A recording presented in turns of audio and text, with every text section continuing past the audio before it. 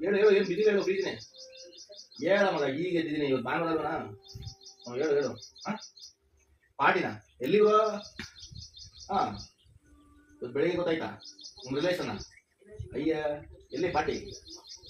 ಮಗ ದೂರ ಎಲ್ಲ ಆದ್ರೆ ಬರಲ್ಲ ಮಗ. ನಮ್ಮ ಮನೆ ಇಟ್ಕೊಂಡು ಬಡಿಕಲ್ಲ, ಹೋದ್ರೆ ಬರೋದ್ರೆ ಅದೇ ಇಷ್ಟೇ ಅಂತ.